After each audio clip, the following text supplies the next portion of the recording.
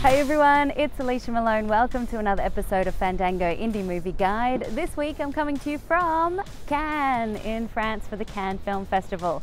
I've been seeing a bunch of movies. I've been here for 5 days now. I've watched 16 films and I'm going to tell you about my 5 favorites that I've seen here at the fest. Let's start with number 5, How to Talk to Girls at Parties. This is directed by John Cameron Mitchell and it's based on a short story by Neil Gaiman. It's about this group of aliens. There's 6 alien colonies in total. They come to Earth to do a little tour and Elle Fanning plays one of the aliens. She ends up meeting this young boy who's really into punk music and she wants to learn all about punk. It's a really sweet film all about first love and conformity versus freedom. I never thought that an alien punk comedy could have so much human heart at its center, but I think that's down to John Cameron Mitchell. Definitely look out for How to Talk to Girls at Parties. It is wonderfully weird. Now that is punk. Do more punk to me. Number 4 is Les Redoutables by Michel Hazanavicius, the same director who did The Artist. This time he takes on Jean-Luc Godard, the cinematic genius, the leader of the French New Wave, someone who was so influential here in Cannes and around the world. Les acteurs, moi je trouve ça con. Je les méprise. C'est vrai, vous leur dites de pleurer, ils pleurent, vous leur dites de rire, ils rient, vous leur dites de marcher à 4 pattes, ils le font. Enfin, je trouve ça grotesque. Ce ne sont pas des gens libres. Yeah, he's not the nicest character in this film, but if you love cinema, and particularly if you love Godard, there are plenty of little Easter eggs, lots of shots that are taken from Godard films. So much fun to watch. It's very self-referential. Feels a bit Woody Allen-esque in the way that it breaks the fourth wall. And Louis Garrel does a wonderful job at playing Jean-Luc Godard, and Stacey Martin is perfectly cast, and I want all of her costumes. Je suis sûr que tu demandes à un acteur de dire que les acteurs sont cons, il le fait.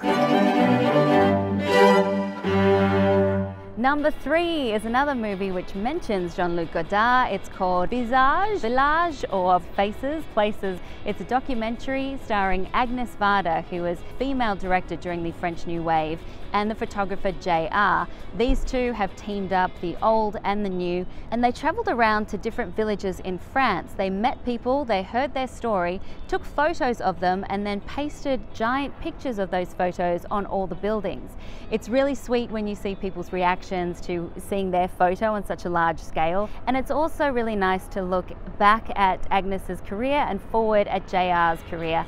They work so well together, they have mutual respect, they're both great artists, and at the end they go to visit Jean-Luc Godard. Tu as pis? Oh!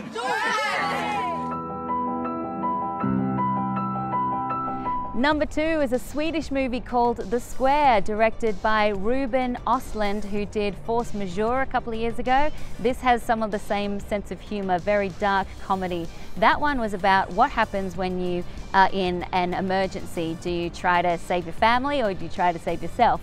This one, The Square, is all about what happens when you are asked for help.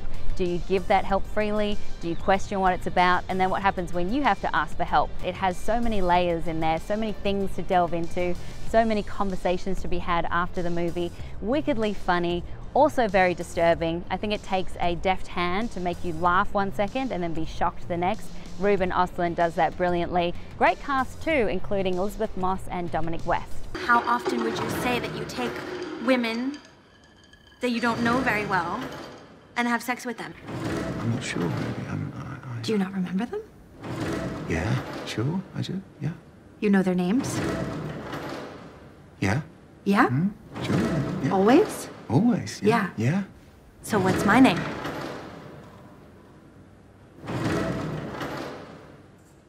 And my favorite film here at the Cannes Film Festival, my number 1 choice, might have some people questioning me because it's also one of the darkest films that's playing here. It's called The Killing of a Sacred Deer by Yorgos Lanthimos. He's the director that did The Lobster and Dogtooth.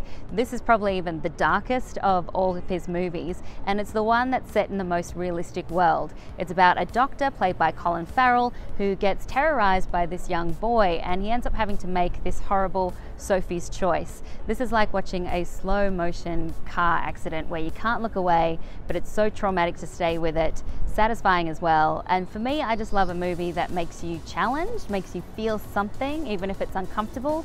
I left this screening and I haven't stopped thinking about the film. Plus, I kind of felt like I needed a shot of tequila and a shower.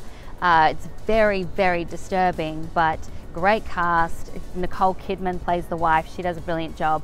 And Yorgos Lanthimos, I think, is one of the best directors working today because he has such a unique vision. He's such an original voice. You can tell that it's one of his films. It's got his stamp all over it. And I highly recommend just giving an open mind to The Killing of a Sacred Deer. This is the kind of movie that people will love or they will absolutely hate. I loved it. Totally my jam. My mom's gonna be upset.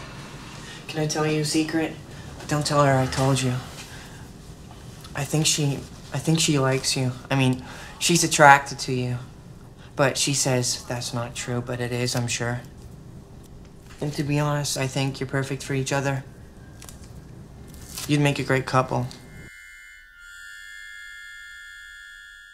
So there you have it, 5 of my favorite films playing here at the Cannes Film Festival. Also want to give a quick shout out to Happy End by Mikhail Haneke, another traumatic movie. Also Okja and The Meyerowitz Stories, 2 films that are going to be available on Netflix very soon. I'm Alicia Malone. You can catch up with me on Twitter at Alicia Malone. I'll see you soon.